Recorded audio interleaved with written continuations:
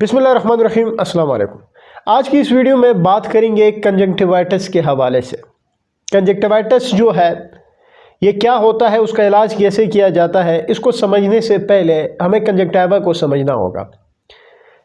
ये एक आई कंडीशन है और कंजंक्टिवा का मतलब ये होता है कि ऐसी लेयर आँख का जो कि आपकी आँख को प्रोटेक्ट करती है, बाहर वाली लेयर होती है जो कि आँख के प्रोटेक्ट करती है। ये एक आसान से अल्फाज में इसका मतलब बनता है। जो कंजंक्टिवा है उसको डिवाइड किया जाता है तीन मेन किस्मों में, यानी आप कह सकते हैं कि इसको हम डिवाइड करते हैं तीन लेयर्स में। एक जो किस्म होती है उसको हम पैल्पेब्रल कंजंक्टिवा कहते हैं, दूसरी जो किस्म है उसको हम बल्बर कंजंक्टिवा कहते हैं, और जो तीसरी किस्म होती है उसको फॉर्निशियल कंजंक्टिवा कहा जाता है।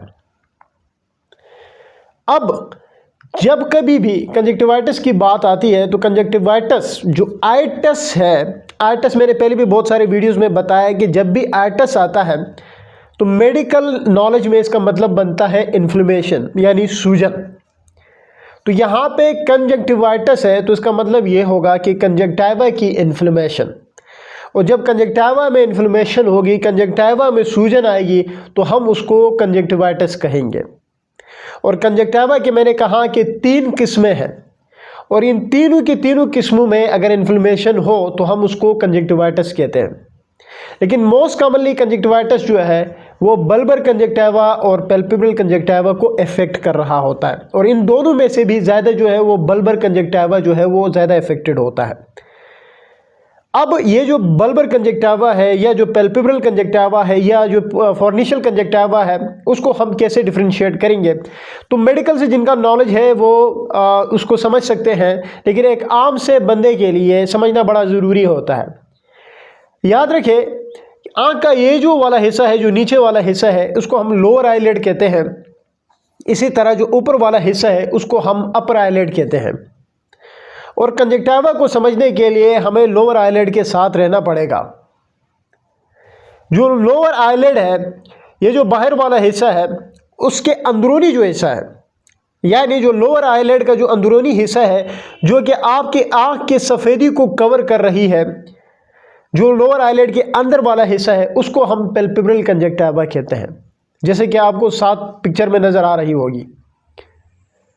और जो पैल्पेब्रल कंजंक्टिवा यानी लोअर आईलिड के अंदरूनी वाले हिस्से को हमने कहा कि पैल्पेब्रल कंजंक्टिवा कहा जाता है, और जो पैल्पेब्रल कंजंक्टिवा जो आँख की सफ़ेदी को ऊपर जाके कवर करता है, तो जो आँख की सफ़ेदी के ऊपर जो हिस्सा आता है उसको हम बल्बर कंजंक्टिवा कहते हैं। यानी एक हो गया पैल्पेब्रल कंजंक्टिवा। पैल्पेब्रल कंजंक्टिवा जो आँख की सफ़ेदी को कवर करता है उसको हमने बल्बर कंजंक्टिवा कहा, और जो तीसरी किस्म है जो फॉर्निशियल कंजंक्टिवा है जो इन दोनों को आपस में जोड़ता है उसको हम फॉर्निशियल कंजंक्टिवा कहते हैं। तो इससे आसान अल्फाज में नहीं समझाया जा सकता कि कंजंक्टिवा की ये जो तीन किस्में ये कौन कौन सी होती है, और अगर इनमें इन्फ्लेमेशन हो जाती है तो उसको हम कंजंक्टिवाइटिस कहते हैं। ये इसकी एनाटॉमी है कंजंक्टिवा की। अब जो कंजंक्टिवाइटिस है उसको दो और नाम दिए जाते हैं। पहला नाम उसको रेड आई कहा जाता है, जो कि आपको थंबनेल में मैंने कहा कि रेड आई क्या होता है, तो इसको एक नाम दिया जाता है रेड आई, और दूसरा नाम दिया जाता है पिंक आई।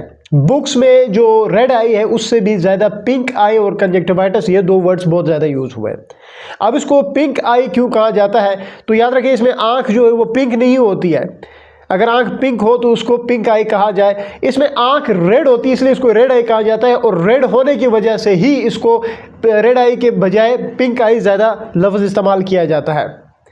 अब ये जो रेड आई है या जो कंजंक्टिवाइटिस है इसको रेड आई क्यों कहा जाता है, तो याद रखिए जो कंजंक्टिवा होता है, जो आँख की सफ़ेदी होती है, यहाँ पे छोटी छोटी ब्लड वेसल्स होती है, और जब इसमें इन्फ्लेमेशन होती है, जब इसमें सूजन होती है, जब कंजंक्टिवाइटिस होता है तो ये जो छोटी छोटी ब्लड वेसल्स है ये प्रोमिनेंट हो जाती है, ये उभर आती है। देखिए जब कंजंक्टिवाइटिस होगा आँख रेड होगी, आँख बिल्कुल लाल हो जाती है। वो लाल क्यों होती है, तो उसमें जो छोटी छोटी ब्लड वेसल्स होती है वो प्रोमिनेंट हो जाती है इन्फ्लेमेशन की वजह से।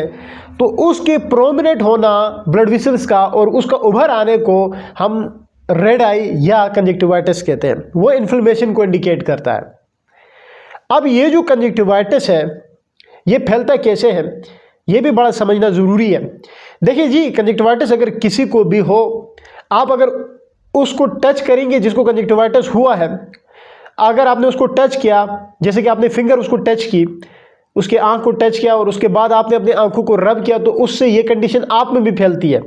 तो इसलिए कहा जाता है कि जब भी किसी को कंजक्टिवाइटिस हो तो अपने हाइजीन को मेंटेन रखना है और उसको टच नहीं करना है, उसकी सिक्रीशंस को, क्योंकि ये फैल जाती है फिर। अब ये जो कंजक्टिवाइटिस है ये क्यों होता है, इसकी वजूहात को समझना बड़ा ज़रूरी है।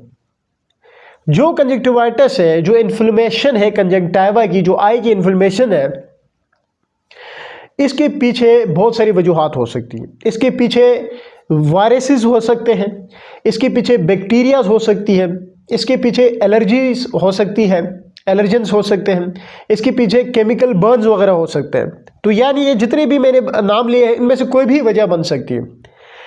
अब इसी हिसाब से आप इसको डिवाइड कर सकते हो कि viral conjunctivitis, bacterial conjunctivitis, allergic conjunctivitis. अच्छा, अब जो वायरल कंजक्टिवाइटिस होता है, यानी जो वायरसेस की वजह से होता है, तो उसमें बहुत सारे वायरसेस हो सकते हैं, लेकिन एक दो जो बड़े वायरसेस इन्वॉल्व होते हैं उसमें एडिनो वायरस है और हर्पीस सिम्प्लेक्स वायरस है। ये दो वायरसेस बड़े जो है वो कॉमनली देखे गए हैं, कंजक्टिवाइटिस में बड़ा अहम रोल प्ले करते हैं। अगर बैक्टीरियल कंजक्टिवाइटिस है तो बैक्टीरियाज में भी बहुत सारे बैक्टीरियाज हैं, लेकिन जो दो मोस्ट कॉमन है वो है स्टेफाइलोकोकस है और साथ ही स्ट्रेप्टोकोकस है। इसकी जो स्पीशीज़ होती है वो कंजक्टिवाइटिस, बैक्टीरियल कंजक्टिवाइटिस काज करते हैं। अगर हम एलर्जिक कंजक्टिवाइटिस की बात करते हैं तो एलर्जेंस में पोलन जो है वो हो सकता है, परफ्यूम्स वगैरह जो है वो हो सकते हैं, स्मोक जो है वो एलर्जेंस हो सकते हैं जो कि एलर्जिक कंजक्टिवाइटिस काज करते हैं। केमिकल की बात करते हैं तो उसमें एसिडिक केमिकल्स हो सकते हैं, अल्कलीज हो सकती है जो कि आँख के अंदर चले जाते हैं, एक्सीडेंटली चले जाते हैं, कोई जानबूझ के तो उसमें नहीं डालता, लेकिन एक्सीडेंटली जब जाते हैं तो ये फिर कंजक्टिवाइटिस कर सकते हैं। अब ये भी बड़ा ज़रूरी है कि जो एलर्जिक कंजक्टिवाइटिस है या जो वायरल कंजक्टिवाइटिस है या जो बैक्टीरियल कंजक्टिवाइटिस है, उनको कैसे एक दूसरे से डिफरेंशिएट किया जा सकता है। एक डॉक्टर तो चलो कर लेगा, एक आई स्पेशलिस्ट डॉक्टर ही करेगा कि जी इन तीनों कंडीशंस में क्या डिफरेंशिएटिंग पॉइंट्स है, लेकिन एक आम बंदे को जब कंजक्टिवाइटिस होता है तो वो कैसे डिफरेंशिएट कर पाएगा और कैसे उसका इलाज करेगा, ये भी जानना बड़ा ज़रूरी है। और इसी वीडियो में आपको पता चलेगा कि कैसे डिफरेंशिएट किया जाता है। देखिए जी, ऑलमोस्ट जब भी किसी को कंजक्टिवाइटिस हो, किसी भी किस्म का कंजक्टिवाइटिस हो, उनमें सिम्पटम्स जो है, उनमें जो अलामात होते हैं वो एक जैसे होते हैं। अब क्या अलामात होते हैं कंजक्टिवाइटिस में वो समझना है। तो आँख में दर्द हो सकता है, आँख में शदीद किस्म की खारिश होती है, इचिंग होती है, ऐसा मन करता है कि जी बार बार आँख को खुजाए, और साथ साथ आँख रेड होती है, आँख बिल्कुल सुर्ख लाल हो जाती है। ये 3 से 4 मेन जो है वो सिम्पटम्स है। और साथ साथ आँख से जो है वो पानी बहना शुरू हो जाता है, आंसू आने शुरू हो जाते हैं। तो ये मेन सिम्पटम्स है, ये मेन अलामात है अगर किसी को कंजक्टिवाइटिस होता है। तो अब अगर किसी को वायरल कंजक्टिवाइटिस हुआ है, यानी वायरस की वजह से ये हुआ है, जो कि एडिनो वायरस है, हर्पीस सिम्प्लेक्स है, किसी इन दोनों में से किसी की वजह से या कोई और वायरस है, तो उसमें भी इसी तरह आँख में दर्द होगा, आँख में शदीद किस्म की खारिश होगी, आँख बिल्कुल लाल हो जाएगी, आँखों से पानी आने लगेगा। ये अलामात होंगे अगर किसी को वायरल कंजक्टिवाइटिस हुआ हो तो। इसी तरह बैक्टीरियल कंजक्टिवाइटिस में भी कुछ इस तरह से होगा, और साथ ही एलर्जिक कंजक्टिवाइटिस है तब भी यही होगा।